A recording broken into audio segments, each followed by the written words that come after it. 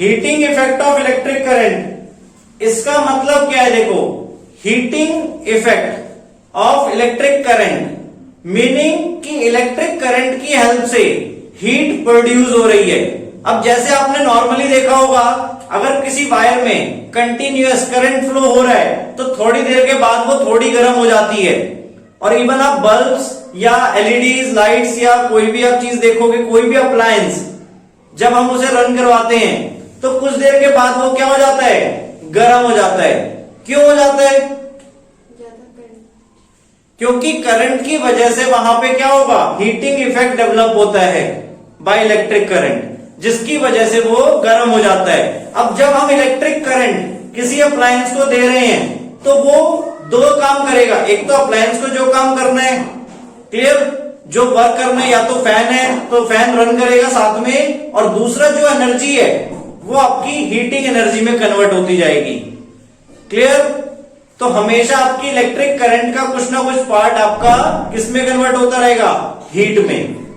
आप जो electrical energy किसी भी अप्लायंस को दे रहे हो वो कुछ ना कुछ हीटिंग इफेक्ट में कन्वर्ट होती जाएगी। क्लियर? चाहे आपके कोई भी अप्लायंसेज हैं, तो कोई भी अप्लायंस 100% एफिशिएंट नहीं होता है, यानी वो कुछ ना कुछ पार्ट ऑफ एनर्जी आपकी हीटिंग एनर्जी में कन्वर्ट करेगा। अब सपोज किसी को आपने 100 जूल्स ऑफ एनर्जी दी, इलेक्ट्रिकल एनर्जी, तो उसने 90 जूल्स वर्क किया और 10 जूल्स हीटिंग एनर्जी में कन्वर्ट कर दिया। क्लियर? तो दैट्स व्हाई आपके कोई भी अप्लायंस हैं, आफ्टर यूजिंग वो हीट अप हो जाते हैं। क्लियर? नाउ अब कुछ ऐसे अप्लायंस जो आपकी टोटल एनर्जी को ही डायरेक्टली हीट में ही कन्वर्ट करते हैं, लाइक आपके geyser, iron, electric iron, oven, microwave ओवन्स, toasters, ठीक है, ये क्या करते हैं, या हीटर्स, ये क्या करते हैं? आपकी जो एनर्जी होती है इलेक्ट्रिकल एनर्जी, उनको डायरेक्टली हीटिंग एनर्जी में ही कन्वर्ट कर देते हैं। क्लियर? सो हम यानी इलेक्ट्रिकल एनर्जी की हेल्प से हीटिंग इफेक्ट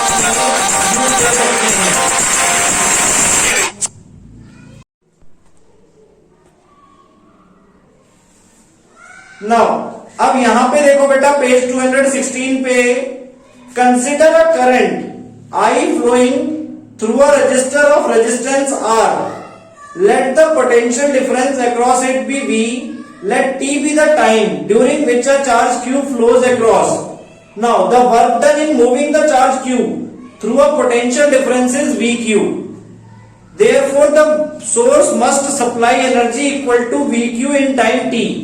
यानी आपका जो वर्क डन हो रहा है दैट इज VQ, तो यानी आपका जो सोर्स होगा वो VQ एनर्जी सप्लाई कर रहा है इन टाइम T में। सो अब ये एनर्जी हमें किस में कन्वर्ट करनी है? इलेक्ट्रिकल एनर्जी आपका अप्लायंस क्या करेगा? डायरेक्ट हीट एनर्जी में कन्वर्ट कर देगा। क्लियर? तो अब हमारी कितनी हीट एनर्जी वहां पे डेवलप होगी वो निकालने का फॉर्मूला हम देख रहे हैं। आप सबको पता है पोटेंशियल का फॉर्मूला क्या था? V equals to W by Q। So W equals to क्या हो जाएगा? VQ।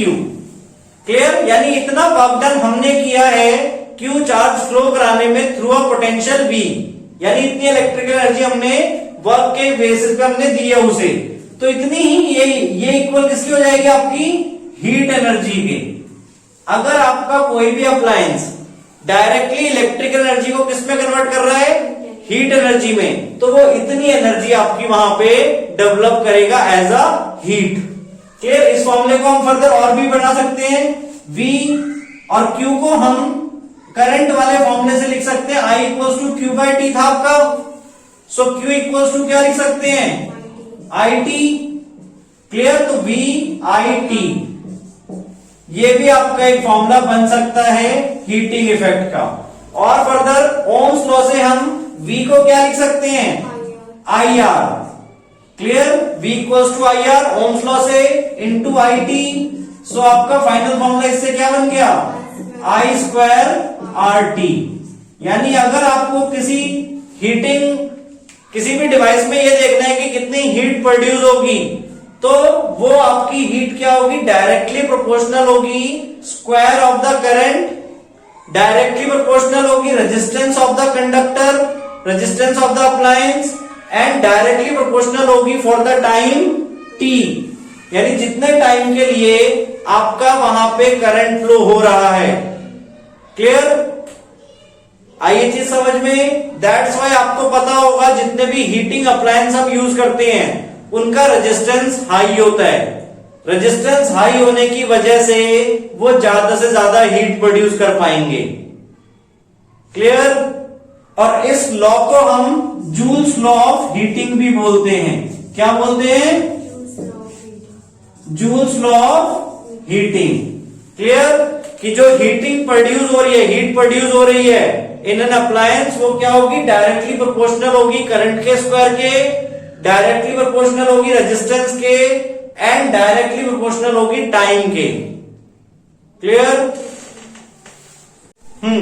देखो अभी हमने क्या डिस्कस कर लिया? Heating effect. हीटिंग इफेक्ट कितना वहां प्रोड्यूस होगा? H equals to I square R T. Clear? अब पावर का फॉर्मूला क्या होता है बेटा? ये आपने लास्ट ईयर भी पढ़ा होगा 9th में। Power equals to work done upon time या फिर एनर्जी अपॉन टाइम। क्लियर? अब यहां पे हमारा ये जो H है वो क्या है? हीट एनर्जी है। So it is a type of energy.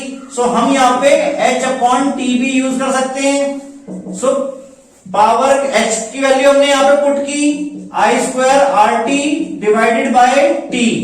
So T T cancel out हो गया। आपका पावर का फॉर्मूला क्या बन गया? I square R. अब इस फॉर्मूले को फर्दर हम चेंज कर सकते हैं बाय यूजिंग ओम्स लॉ। अब इसको हम अगर लिख रहे हैं, देखो I R into R. Clear? Sorry, I R into I R. अब V equals to I R होता है, आप सबको पता है। क्लियर? सो इस आई आर को हमने क्या लिख लिया? V। सो पावर का फॉर्मूला I इंटू वी, या फिर हम इसे V इंटू आई वी आई भी बोल सकते हैं। क्लियर? एक फॉर्मूला आपका हो गया पावर का आई स्क्वायर आर, ठीक है, और एक वी आई। और फर्दर अगर हमने सपोज यहां पे I को रिप्लेस कर दिया, I को हम क्या रिप्लेस कर सकते हैं? V by are.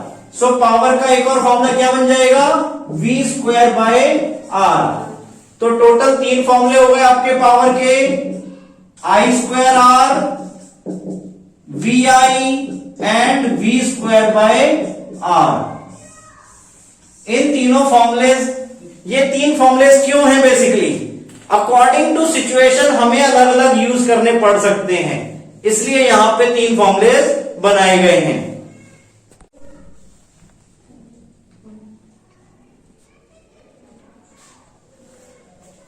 अब अगर हमें सपोज इलेक्ट्रिकल एनर्जी कैलकुलेट करनी है, क्लियर? क्या कैलकुलेट करनी है? Electrical energy. कि सपोज आपके पास कोई अप्लायंस है, उसको आप सपोज x आवर्स के लिए यूज कर रहे हो, तो आपकी कितनी एनर्जी वहां पे कंज्यूम हो जाएगी? अगर हमें वो फाइंड करना है, क्लियर, तो उसके लिए हम कैसे कैलकुलेट कर सकते हैं? तो उसके लिए पहले आपको देखना पड़ेगा कमर्शियल यूनिट ऑफ एनर्जी। एक तो आप सबको पता है यूनिट ऑफ एनर्जी क्या है? जूल्स। ठीक है, कमर्शियल यूनिट ऑफ एनर्जी आपकी क्या है बेटा? Kilowatt hours. Commercial unit of energy is kilowatt hour. अब इसका मतलब क्या है? अब देखो एनर्जी का ये यूनिट कैसे बन पाई है? क्योंकि एनर्जी का फॉर्मूला हम क्या लिख सकते हैं? Power into time.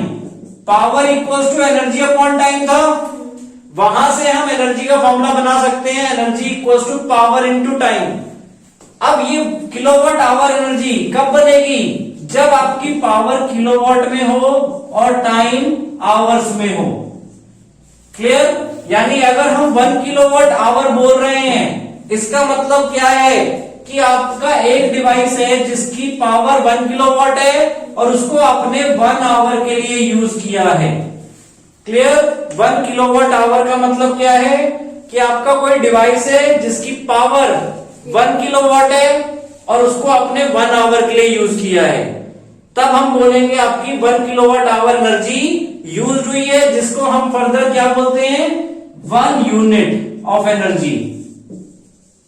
क्लियर? आपके जो मीटर्स के बिल्स वगैरह आते हैं वो इसी यूनिट्स में होते हैं। क्लियर? आपका जैसे मंथली बिल आता है 200 यूनिट्स, 300 यूनिट्स का, तो उसमें यूनिट्स का मतलब आपका 300 किलोवाट आवर होता है। ठीक है, तो ये हो गई आपकी कमर्शियल यूनिट ऑफ एनर्जी। अब 1 किलोवाट आवर को अगर हम स्टैंडर्ड यूनिट ऑफ में अगर कन्वर्ट करना चाहें, एसआई यूनिट ऑफ एनर्जी जो कि जूल्स होती है, तो वो हम कैसे कन्वर्ट कर सकते हैं? ध्यान से देखो, 1 किलोवाट आवर का मतलब 1 किलोवाट इंटू 1 आवर। अगर हमें जूल्स में लाना है तो इनको एसआई यूनिट में लाना पड़ेगा। किलोवाट में कितने वॉट्स होते हैं? 1000। और 1 आवर में कितने सेकंड्स होते हैं? क्योंकि टाइम की एसआई यूनिट सेकंड्स है, सो 1 आवर में 3600 सेकंड्स होते हैं। क्लियर? तो इन दोनों को हमने कन्वर्ट किया और फिर मल्टीप्लाई कर देंगे तो क्या आ जाएगा? 36 के बाद 5 zeros वॉट सेकेंड, और 1 वॉट सेकेंड आपका बनेगा joule. 1 watt second is joules, और इसको हमने साइंटिफिक फॉर्म में कन्वर्ट किया तो क्या बन जाएगा? 3.6 इंटू 10⁻⁶, यानी 1 किलोवाट आवर में आपके 3.6 इंटू 10⁻⁶ जूल्स होंगे।